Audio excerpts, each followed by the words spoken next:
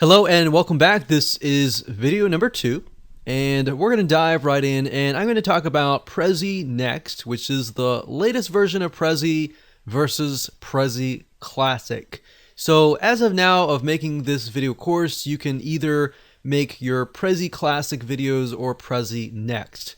Now keep in mind that if you make any Prezy presentations in Prezy Classic, you cannot really import them into Prezy Next. And you'll get an idea of what the major differences are. That way you can decide on which one to go. Now, Prezy Next new features. So Prezy Next is, like I said, the latest version of Prezy. And the main differences, one of the main differences is that Prezy Next runs on HTML5. So as you will notice, a good amount of presentations, video players, they're all moving towards HTML5. That's essentially the future. While on the other hand, Classic Prezy runs on Adobe Flash. So as you know, certain browsers as of now, they have literally gotten rid of playing Adobe Flash, because many people consider it to be unsafe and prone to performance issues.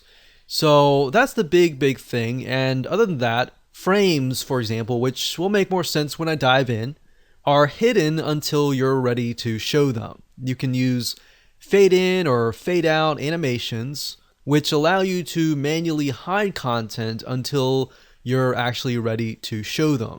So the nice thing about Prezy is a lot of items you cannot see until you zoom in. So kind of how you saw how I zoomed in. So you saw the 9 different video topics and then I was able to zoom in.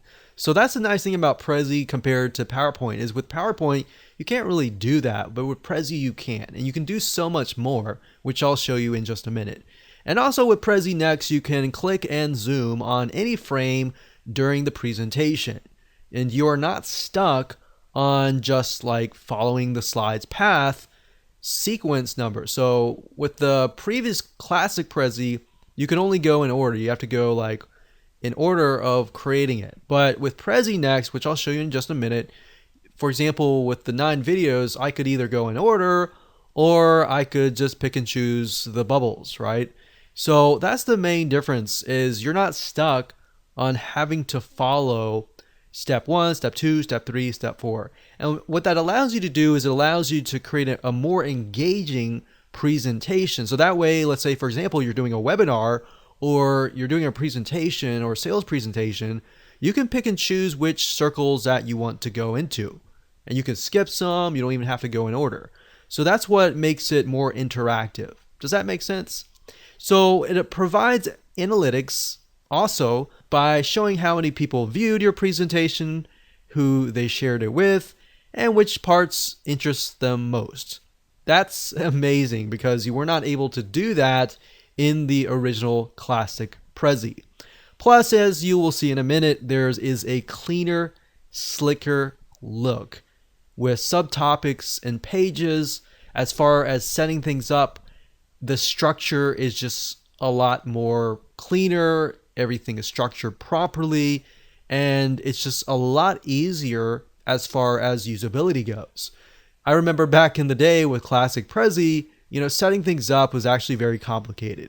Once you set things up, it looked really nice, but to get to that point, you literally would have to sit there for hours setting up a Prezy. So nowadays, setting up a Prezy with Prezy Next is just so much easier.